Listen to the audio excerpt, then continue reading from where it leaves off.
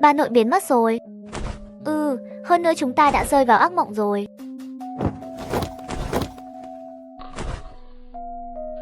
Chẳng lẽ ác mộng lần này chỉ giới hạn trong chiếc xe này thôi sao? Ác mộng. Rốt cuộc thứ vừa lên xe lúc nãy là gì? Nói cho cùng hồn ma của bà nội không nên xuất hiện trong thực tế, càng không thể nào bước lên chiếc xe buýt đó. Rốt cuộc đã xảy ra chuyện gì? Ai mà biết được. Tôi mặc kệ các người làm sao đưa quỷ ảnh lên đây, nhưng có gì thì nói cho rõ ràng. Đừng để cuối cùng hại chết tất cả chúng ta. Được thôi. Đó là con quỷ ở điểm lên xe của chúng ta, không ngờ nó lại theo lên đây. Sao hả? Bây giờ anh còn hài lòng chưa? Ai biết được con quỷ đó có khi nào đã nhập vào một người trong các anh không?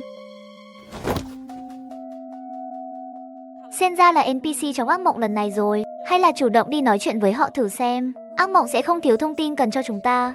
Hơn nữa họ không phải NPC mà là người sống. Hoặc là cút. Tôi vẫn không hiểu. Rốt cuộc đã xảy ra chuyện gì? Anh lục túi mình xem đi. Nếu vẫn không tin thì chúng tôi cũng hết cách. Dù sao thì mạng sống phải tự mình giành lấy.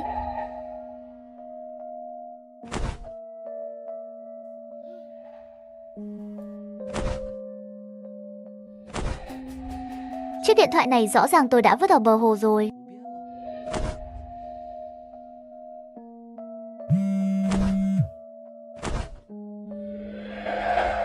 Hộ tống bất kỳ một kiện hàng đến địa điểm chỉ định. Người chơi phải đảm bảo bản thân nằm trong phạm sáu chỉ định của một kiện hàng. 2. Không được dẫm lên bóng của người khác. 3. Không được soi gương, đề nghị chụp ảnh mỗi người tiếp cận. Họ môn này rốt cuộc muốn chơi trò gì vậy?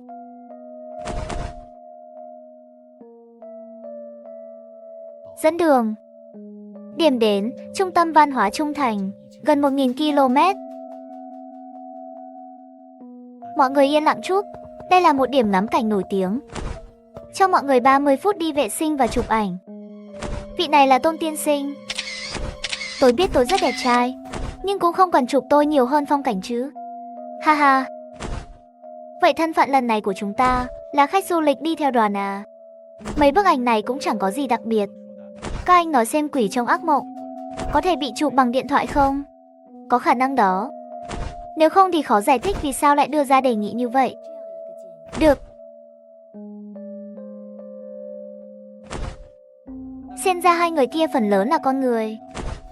Các anh nói xem cửa xe đã mở rồi, sao mấy người phía sau vẫn chưa nhúc nhích? Quy tắc nói chúng ta không được rời kiện hàng quá xa. Bây giờ còn chưa biết kiện hàng ở đâu. Họ đương nhiên không dám hành động bừa bãi.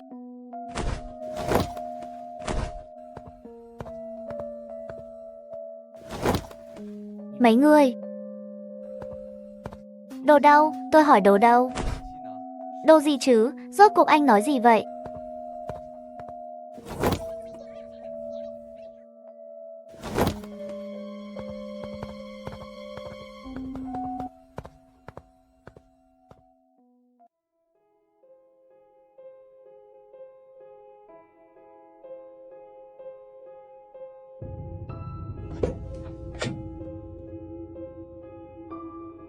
Thứ này nhìn là thấy rất khả nghi.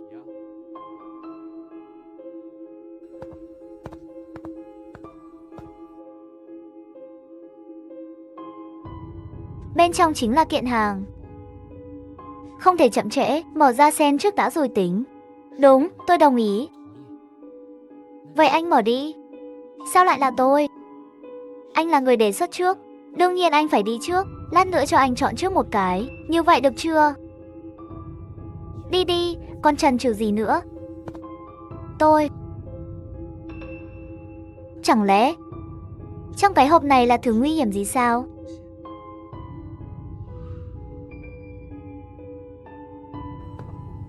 Mọi người, nghe lão già này nói một câu được không? Mọi người gặp nhau ở đây cũng là duyên phận. Đều là ra ngoài kiếm sống. Giúp đỡ lẫn nhau mới là lẽ phải. Cần gì phải làm căng như vậy? Bây giờ kết một thiện duyên. Biết đâu sau này sẽ cho mình thêm một con đường sống. Ông già, rốt cuộc ông muốn làm gì?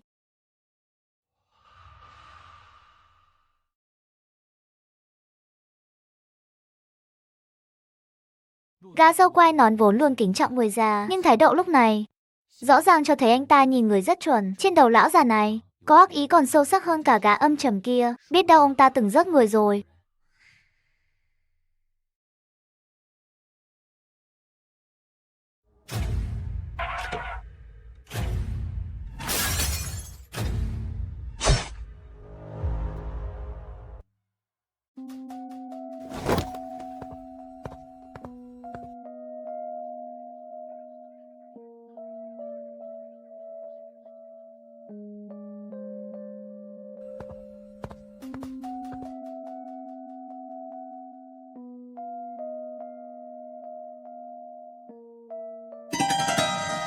Cái hộp này nhìn thì bình thường, nhưng sao lại thế này?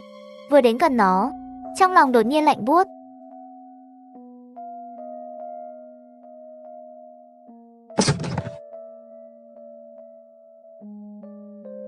Cậu em, phiền cậu giúp tôi lấy ra.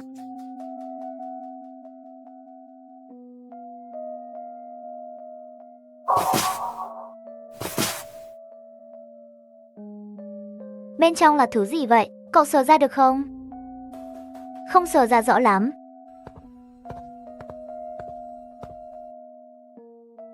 Vậy tiếp theo mọi người tự do hoạt động đi. Tôi và sư phụ Tôn đợi các cậu trên xe.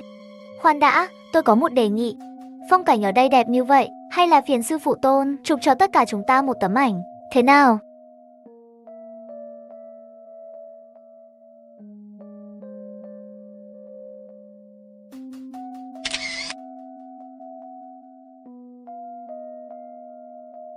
Mấy cậu làm việc rất cẩn thận. Chúng ta làm quen một chút được không? Sau này có tin tức gì cũng có thể chia sẻ với nhau. Được thôi. Ra ngoài một chuyến, chụp ảnh là việc rất cần thiết.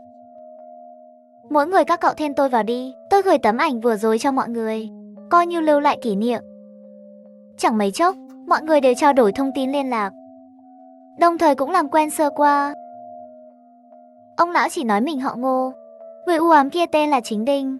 Hình như ông ta quen biết Ngô lão. Trong mắt nhóm Bạch Tiểu Hắc, đương nhiên được xem là cùng phe.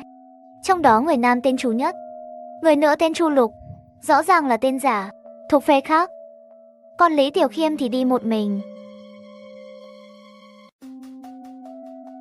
Trần Vũ, giờ đã có thời gian rồi, chúng ta cũng nói thẳng đi. Tôi biết cậu muốn hỏi gì. Tôi vốn đang điều tra vụ án đó. Vụ án ở công viên, chắc mọi người đều biết. Tôi đã kiểm tra camera khu đó. Tất cả đều gặp sự cố kỹ thuật, không thu được gì. Hôm đó trời mưa, tôi ngồi trong phòng giám sát. Chuyện lớn như vậy, sao lão Vương không nói sớm? Tôi thấy hai người các cậu đi vào công viên. Ngày mưa mà vào công viên thì chắc chắn không bình thường, cho nên anh theo dõi cho đến khi phát hiện chúng tôi xuất hiện lại. Không ngờ anh gan lớn vậy. Chẳng lẽ anh không thấy chuyện xảy ra bên hồ hôm đó sao? Không thấy. Tôi cứ tưởng camera chỉ thỉnh thoảng hỏng. Này mưa cũng khó sửa, cho nên camera có lẽ không quay được quỷ quái. Tôi có một suy đoán, ngay cả lúc chúng ta lên xe và trở về thế giới thực, cũng tuyệt đối không thể bị quan sát bằng bất kỳ cách nào. Trong cơn ác mộng lần trước, tôi cũng đã thử dùng máy ảnh. Ngay cả người bị quỷ dắt chắc cũng không chụp được. Có lẽ cũng liên quan đến quy tắc lúc đó. Nếu đúng là như vậy, vậy thì trong cơn ác mộng lần này, vì sao lại bắt chúng ta chụp ảnh những người tiếp cận? Chẳng lẽ là để thông qua việc có chụp được hay không, xác nhận thân phận đối phương? Cho nên, vụ án rớt người lúc đó là do quỷ gây ra.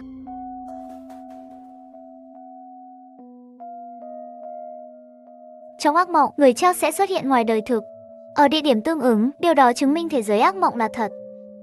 Chúng ta quay về hiện thực, nhưng không ngờ quỷ trong ác mộng cũng theo về. Đó là quỷ ở đây sao? Đúng vậy, không thì anh sống bao năm đã thấy ma bao giờ chưa? Với lại anh còn chưa điều tra rõ, đã ra tay đánh người, quan uy lớn thật đấy.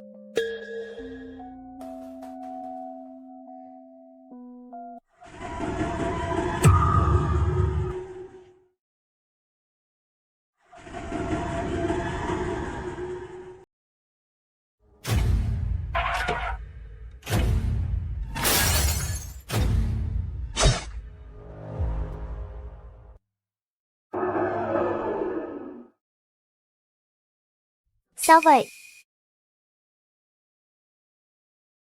Gần đến giờ rồi. Chúng ta đi thôi. Lát nữa mấy người qua đây, dùng điện thoại chụp ảnh tất cả mọi người.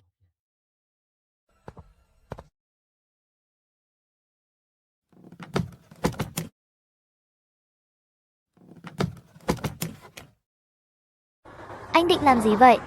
Tất nhiên là rời khỏi xe, tổng cộng có 2 cái. Một cái đang ở trong tay chúng ta. Cho nên xét theo yêu cầu nhiệm vụ, chúng ta cũng đã không cần tiếp tục đi theo đại đội nữa. Tại sao lại muốn đi? Ác mộng sắp xếp chúng ta ở đây. Chắc chắn cũng có lý do của nó. Lý do của nó chính là tiện rớt chúng ta hơn.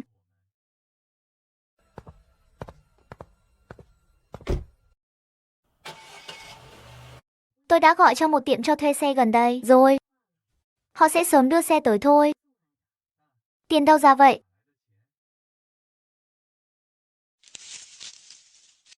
Ở đây. Vậy đó là gì?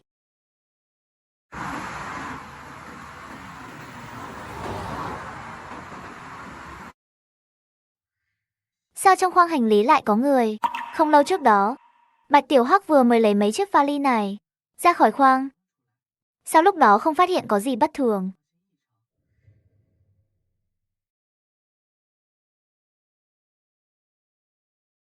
Chẳng lẽ người này chính là quỷ?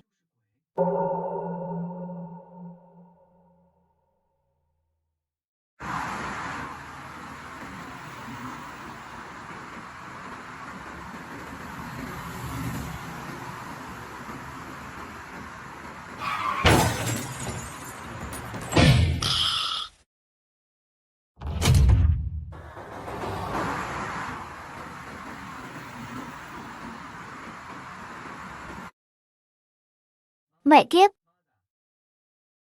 Hình như người này đang cầu cứu chúng ta. Vừa rồi là người, không phải quỷ. Đó là người bị quỷ rớt chớt. Cậu nói cái chớt của anh ta có liên quan đến kiện hàng không? Nếu không thì không có lý do gì anh ta xáo phạm quy tắc cả. Tại sao quỷ lại ném gà đeo tai nghe kia vào khoang hành lý, rồi ném ra cho trước ngã? Lạc Hổ ca, anh có suy nghĩ gì không? Tôi chỉ thấy quỷ không phải là dã thú, sẽ không làm chuyện vô nghĩa. Thông thường khi chúng ta không hiểu được nhân quả, thì có nghĩa là quỷ muốn mượn việc này để rớt thêm người. Chúng tôi đang di chuyển trên đường núi thì phát hiện tình huống bất thường. Đường đi quá thuận lợi, xuất hiện đèn giao thông kỳ lạ và một tài xế xe tải có dấu hiệu bị quỷ nhập, tay cầm gươm để giết người. Họ nhận ra đây là âm mưu của quỷ ảnh trong các kiện hàng của chúng tôi, dùng người bị nhập làm công cụ sát hại. Chẳng lẽ họ nghĩ chỉ cần rời khỏi đây thì mấy thứ đó sẽ không tìm đến họ nữa sao? Tôi lại thấy đây là chuyện tốt.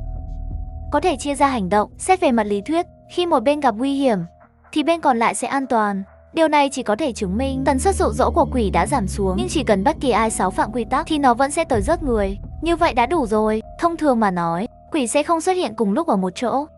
Thảo nào anh chàng kia cố tình bảo chúng ta thêm phương thức liên lạc. Ý cậu là trao đổi tình báo với nhau. Cậu thật sự tin đám người đó sao? Sao lại không tin? Nhiệm vụ là hộ tống bất kỳ một gói hàng nào tới điểm chỉ định. Có 2 gói hàng, bất kỳ đội nào, thậm chí cá nhân mang được gói hàng tới đích, thì tất cả người chơi còn sống đều qua ai. Điều này có nghĩa là gì? Nhưng cho dù là vậy, sao các cậu không ai muốn đi theo họ? Cô bé à, con người vốn bài ngoại. 5 người đó quen biết nhau, chúng ta chen vào chưa chắc đã là chuyện tốt. Theo tôi thì cũng như nhau thôi. Ít nhất cũng không khác hiện tại là mấy. Trong ác mộng có liên lạc được bằng điện thoại không? Đông người vẫn tốt hơn ít người. Trong đa số trường hợp, mỗi lần quỷ chỉ rớt một người, lượng tình báo và thời gian phản ứng cũng nhiều hơn khi ít người. Theo lý mà nói, tình huống tốt nhất là đa số mọi người tụ tập lại, rồi chọn ra một nhóm may mắn để họ mang theo một gói hàng. Như vậy, có thể đảm bảo lợi ích cho đa số nhất. Cậu nói đúng, nhưng cá nhân tôi không muốn tiếp xúc với 5 người đó. Mọi người chắc cũng thấy rồi, con quỷ đi theo họ lên xe chứ. Con quỷ đó biến mất rồi, tôi thấy nó nhập vào người nào đó trong bọn họ rồi. Quỷ ngoài đời theo người và ác mộng. Xem ra hai thế giới này sắp loạn rồi. Tuy phần lớn là lần đầu gặp mặt, nhưng mấy người lại trò chuyện như bạn bè. Với lão người chơi thì đó đã là chuyện thường. Xác định đồng minh, trao đổi tình báo đều là quy trình rất bình thường.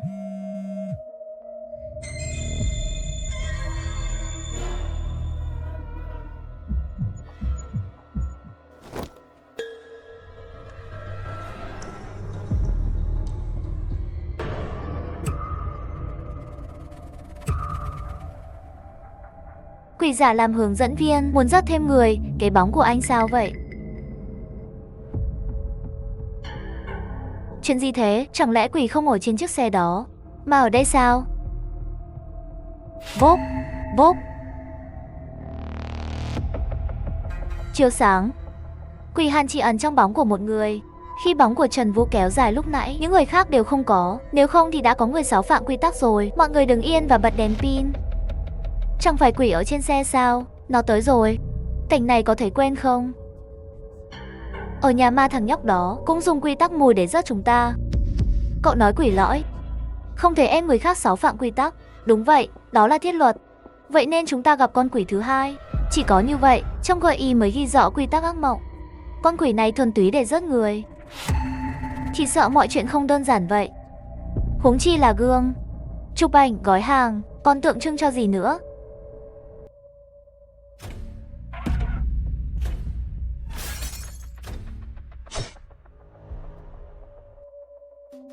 Chắc xe tôi thuê tới rồi. Họ chỉ cần đủ tiền đặt cọc, không cần thủ tục đặc biệt. Tản ra.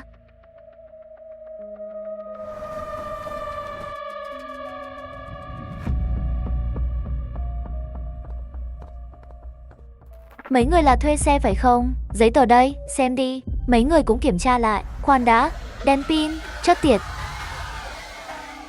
Anh ơi, anh sao vậy? Hình xăm phát tác rồi. Hình xăm trên ngực đau rát như bị lửa đốt, đang chống lại sự xâm nhập từ quỷ bóng tối. Anh em, cậu bị sao vậy? Sao lạnh thế này?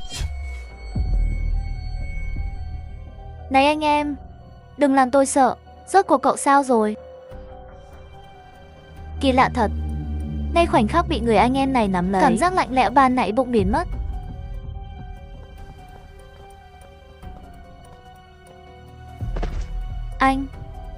Anh em để tôi đỡ cậu một chút. Anh em cậu ổn rồi chứ? Bạn tôi chỉ là bệnh cũ tái phát thôi. Được rồi, giờ nói giá thuê xe đi. Nếu không vấn đề gì thì chúng tôi chạy luôn. Hai bên cứ trong bầu không khí và tư thế kỳ quái như vậy mà giải quyết xong. Não bộ của nhóm Bạch Tiểu Hắc khiến đối phương ngây người, không dám nghĩ đến hậu của trong xe ngoài xe. Mấy người lái xe rời đi. 4 nam 2 nữ, 6 người. Không biết sao ngồi vừa được nhiều người vậy.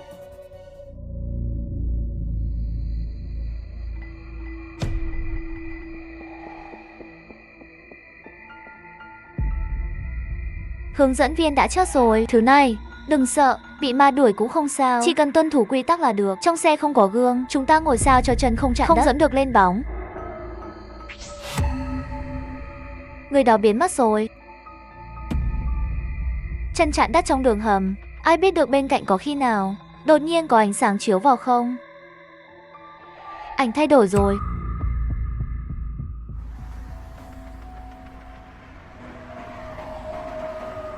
Là cậu cứu cậu trai thuê xe đúng không? Ô, không hổ là người làm cảnh sát. Tiếp đi. Đơn giản kể lại chuyện hình xăm của mình. Những người khác trên xe đều giữ chân chạm đất. Khi anh ta lái xe thì phần dưới đầu gối đã bị che khuất, bóng đen không thể tới gần. Quỷ có thể chủ động khiến ta phạm quy, giống như vừa rồi nó điều khiển bóng vậy. Hiện tại mà xem, con quỷ đó phần lớn chỉ điều khiển được bóng của một người. Thứ hai là bóng có giới hạn khoảng cách. Lúc Lạc Hổ chạy trốn, cái bóng rõ ràng mỏng đi và mờ đi. Bảo sao lúc thì cho chạy lúc thì bắt dừng, hóa ra biến thành vật thí nghiệm. Vậy chuyện không tắt điện thoại trước đó và phá gương chiếu hậu, cậu nghĩ vì sao lúc phá gương lại thuận lợi như vậy? Vì gương bị quỷ điều khiển bóng. Nó luôn ở sát bên chúng ta, chia ra thành hai bóng quỷ đi theo Vân Dực và Bột Nhiên. Quyết định của chúng ta không sai. Không đúng, lúc hình xăm phát huy tác dụng, tôi cảm giác nó chui ra từ bóng dưới chân. Đó là vì quỷ bóng tuân theo quy tắc mà tới, mượn bóng để áp sát chúng ta. Nhưng sau đó âm quỷ không động vào gương, có lẽ nó vốn không thể. Đó là giới hạn. Xem ra hai con quỷ mỗi con theo một nhóm. Hai con quỷ đổi mục tiêu cho nhau. Như vậy, tỷ lệ tử vong của người chơi sẽ tăng mạnh. Cũng có khả năng đó, hai quỷ mỗi con quản một bên, mỗi bên một việc, hợp tác săn rớt. Có lẽ đó là con đường sống của ác mộng. Dĩ nhiên chỉ là suy đoán. Còn một khả năng khác, quy tắc của ác mộng này chưa chắc chỉ có hai. HK, quỷ bóng còn theo chúng ta không?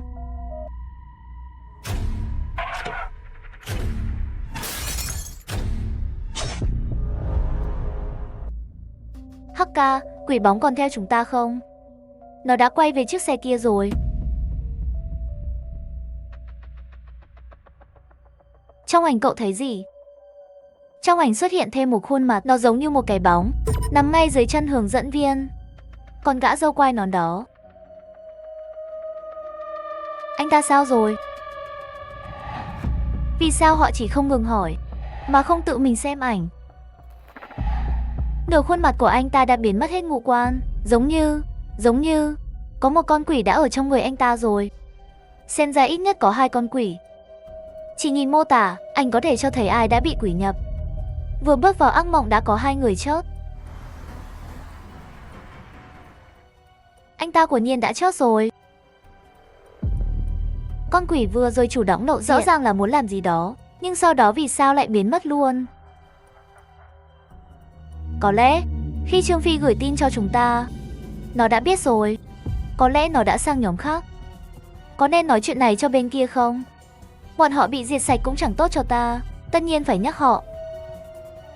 Chẳng lẽ cậu định cứ thế mở điện thoại xem mà? Ý gì? Màn hình đen của điện thoại cũng là gương. Tôi suýt nữa nhìn thấy mình trong đó. Vừa rồi cậu suýt chết rồi. Trong đường hầm cậu đã cầm điện thoại. Lúc đó quá tối nên không thấy khuôn mặt trên màn hình. Nếu không thì anh biến mất rồi. Chẳng lẽ có giới hạn thời gian, hay xem một lần là biến mất? Sao ảnh trong máy tôi chưa mất? Cậu nhìn mặt bọn họ xem, hình như có gì đó.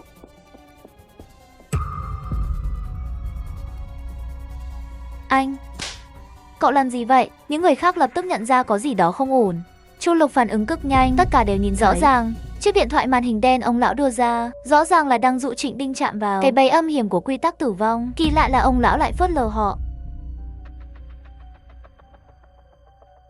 Không ổn rồi.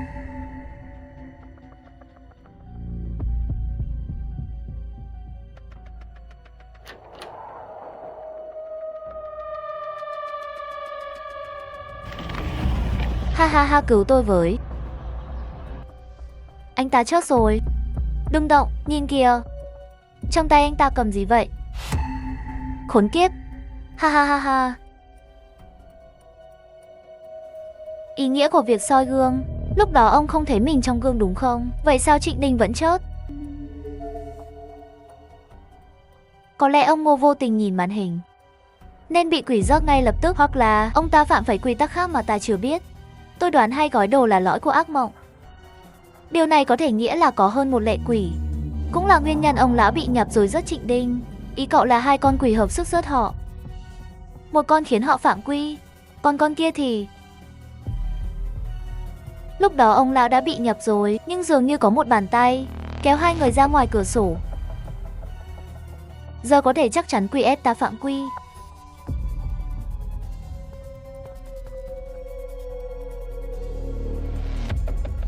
Cửa sổ này bị bịt kín rồi.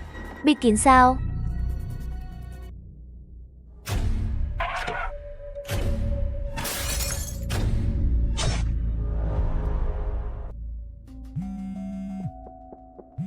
Quỷ không thể khống chế màn hình điện thoại, nếu không thì lúc nãy ta chết hết rồi. Bên Trương Phi cũng có suy đoán tương tự. 2 lệ quỷ có thể ép ta phạm quy, nên hướng dẫn viên biến mất để đi tìm 16 phạm. Nhóm kia bị tấn công, là cơ hội thở của chúng ta. Có thời gian cũng vô ích. Bên ta vẫn có người chốt. Bọn họ vẫn còn 5 người, chứng tỏ họ có thứ tránh được lệ quỷ.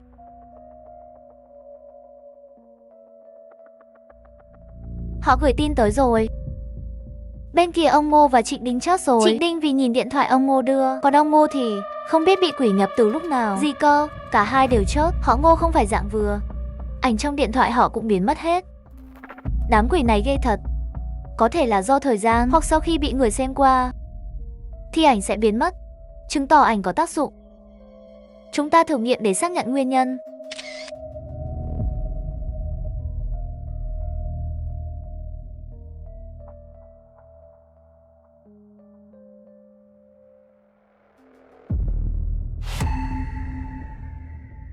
Ha ha ha ha ha.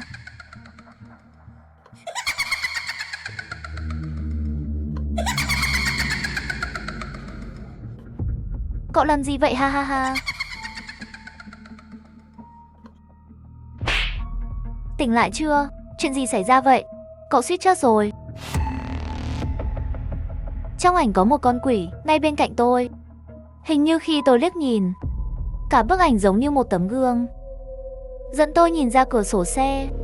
Tôi vừa định quay đầu nhìn thì bị Dư Giới đánh thức. Tôi không hiểu. Chỉ nhìn ảnh có một cái, vì sao lại mất ý thức? Rõ ràng năng lực của con quỷ đó là điều khiển bóng tối. Vậy tại sao Trần Vũ lại nói mình suýt chết?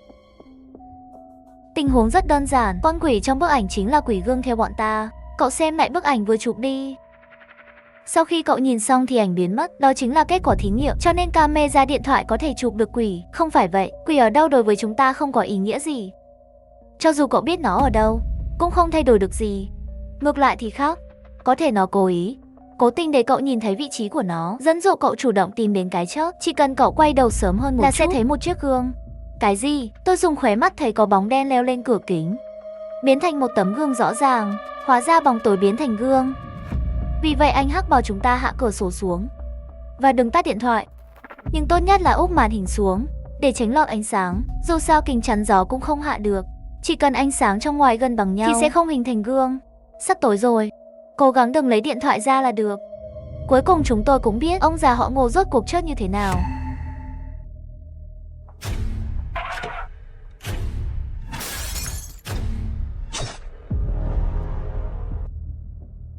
Vấn đề hẳn là ở trong đường hầm. Chiếc lót kính hai bên đều tối đen, có người bật điện thoại, kính liền biến thành gương.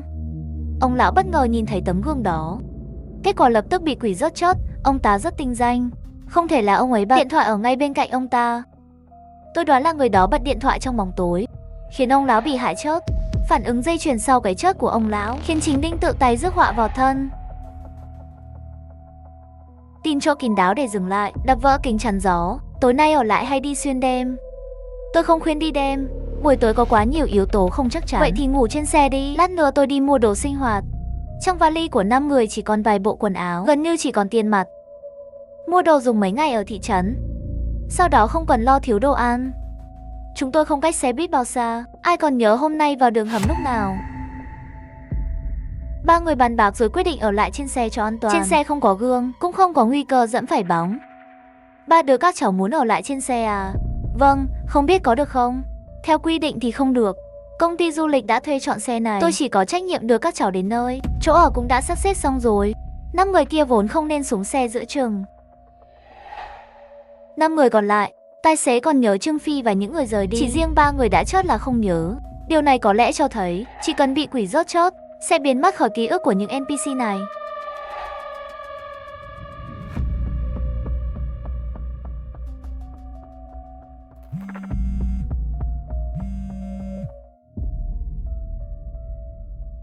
Là tin nhắn do 5 người kia gửi tới.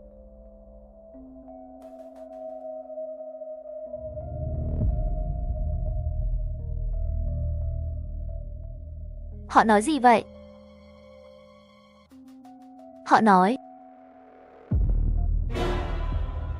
sao thế? Nhắm mắt lại.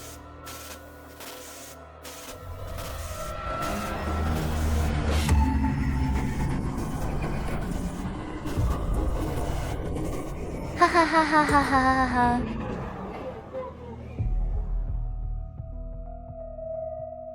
Trước khi xe buýt rời đi, tôi và Lưu Vân lên xe chụp ảnh, đối chiếu lộ trình với tài xế, hoàn toàn trùng với bản đồ trên điện thoại. Tài xế chắc chắn cố ý lệch tuyến, đáng lẽ tuyến đường phải trùng, giờ thì lệch rồi. Tài xế chắc chắn bị quỷ nhập.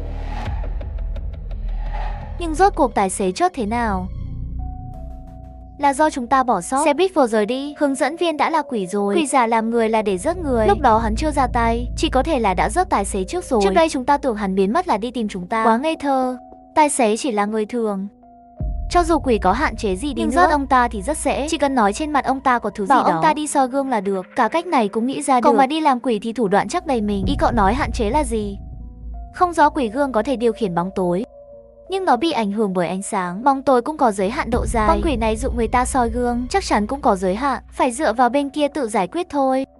So với chuyện đó, tôi càng muốn biết hướng dẫn viên chắc thế nào. Hơn nữa, thứ trong ba lô dưới chân tôi là gì?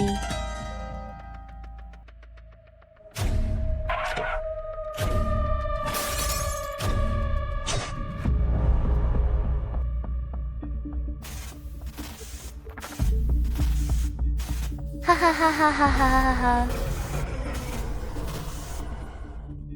Ha ha ha ha ha. Quả nhiên tài xế đã biến thành quỷ. Ánh sáng chói mắt, trước mắt Lý Tiểu Khiêm chỉ còn một mảng lửa tối. Trong khoảnh khắc, ánh sáng và bóng tối biến đổi, một khối bóng đen dày đặc chặn ngang ánh sáng. Hắn đứng ngay trước mặt anh. Rời khỏi đây đi. Họ nhảy qua cửa sổ chạy trốn. Lâm Tiểu Thiên mau nhảy theo, chạy đi. Cửa sổ xe đang mở.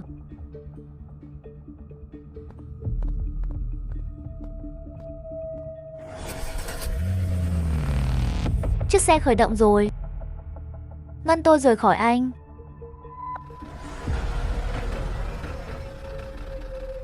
Nhìn ra ngoài cửa sổ xe, hàng ghế sau ngồi 3 người, còn một người cúi xuống nhìn chằm chằm về phía một người phụ nữ, trong tay nắm chặt một vật không buông. Chú Nhất và Chu Lục rời đi chắc chắn mang theo bưu kiện. Tôi chưa chắc chứng tỏ việc nhảy xe là giả. Đêm qua không nhảy xe, một là cảnh giác, hai là nghi ngờ. Sau khi xe khởi động cũng không rời đi. Tài xế cũng không nói thêm gì. Quỷ muốn cản tôi nhưng bị luật lệ trói buộc, đã bị hạn chế rồi. Vậy sao còn khiến xe lệch tuyến? Rốt cuộc là vì sao?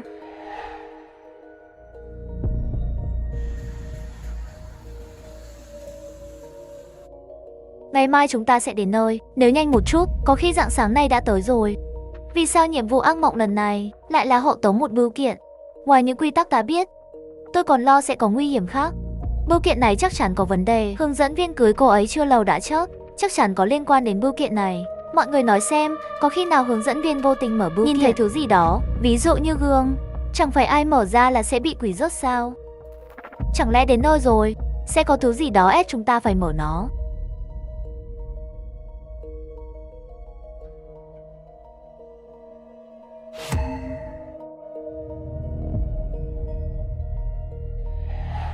Hắn sớm đã mất đi thân xác rồi, tựa vào ghế trông như còn sống. Quỷ đã rời đi hay bỏ cuộc rồi? Hay là không thể bám vào cùng một người mãi được? Nếu không thì sao xe chỉ nổ máy mà không chạy?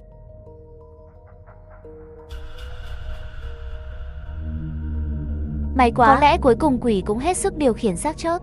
Gương không chiếu vào tôi, cậu cũng không sao, xem ra tối qua cậu không mở mắt. Quả nhiên Chu Lục không nhảy cửa sổ cũng còn nguyên vẹn. Những gì nghe thấy tối qua là chuyện gì? Ngoài khung cửa đó rốt cuộc dẫn tới đâu?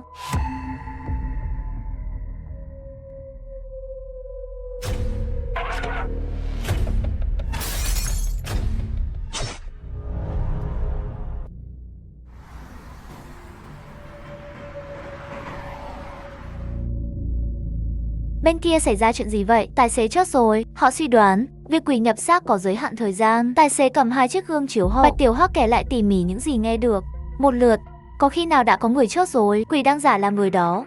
Theo lời Lâm Tiểu Khiêm, đêm qua đúng là cửu tử nhất sinh. Quỷ có thể bắt chước giọng nói, giả tạo xúc giác. Mỗi bước đi của họ đều đánh cược bằng mạng sống, nhưng cuối cùng cả 3 người đều sống sót. Quá khác thường, mấy người đã coi thường 3 người đó rồi. Chu Nhất và Chu Lục trông còn trẻ, nhưng già dặn hơn Ngô Lão và Chính Đinh nhiều. Già dặn chỗ nào? Sao tôi không thấy? Đó chính là chỗ cao tay của họ. Cho đến lúc sinh tử thì tuyệt đối không lộ tâm cơ. Thế còn Lâm Tiểu Thiên thì sao? Chỉ nhìn việc đối phương chủ động giao tiếp là biết người này có năng lực, đầu óc rất tốt, ít nhất còn đáng tin hơn 2 người kia. Chiếc điện thoại này là đạo cụ riêng của người chơi. Một khi có người chơi tử vong, loại điện thoại đen này sẽ biến thành sắt vụn, hoàn toàn không thể liên lạc với chúng ta nữa. Lạ thật, con đường này càng lúc càng dễ chạy.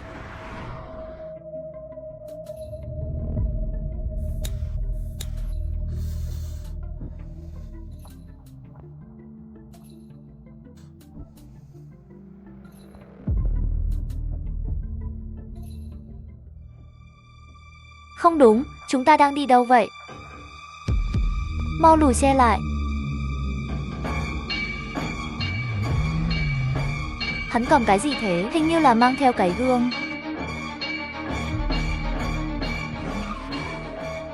Chất tiệt, đáng lẽ tao phải nghĩ ra sớm hơn. Đường đèo núi lấy đâu ra đèn giao thông? Đèn tín hiệu vật lý lúc ẩn lúc hiện. Lẽ ra bọn họ phải cảnh giác, vậy mà vẫn thả lòng đề phòng. Đây là 4 con mồi mù do quỷ bắn chúng. Càng quỷ dị hơn là người bị nhập hồn còn cầm theo cái gương để rớt chúng ta. Con quỷ này còn rất bừa.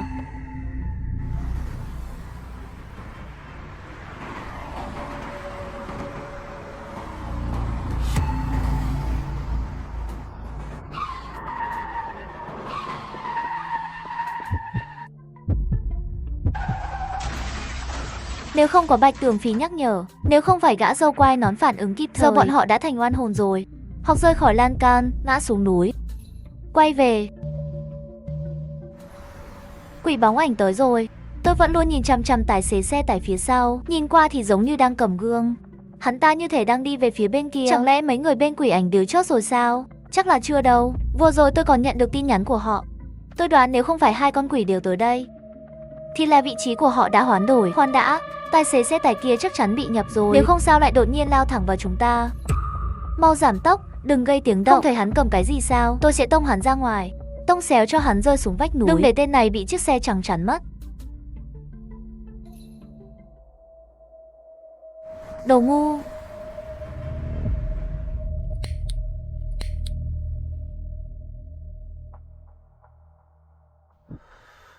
Trên xe có thứ gì đó, nó có thể nghe được chúng ta nói.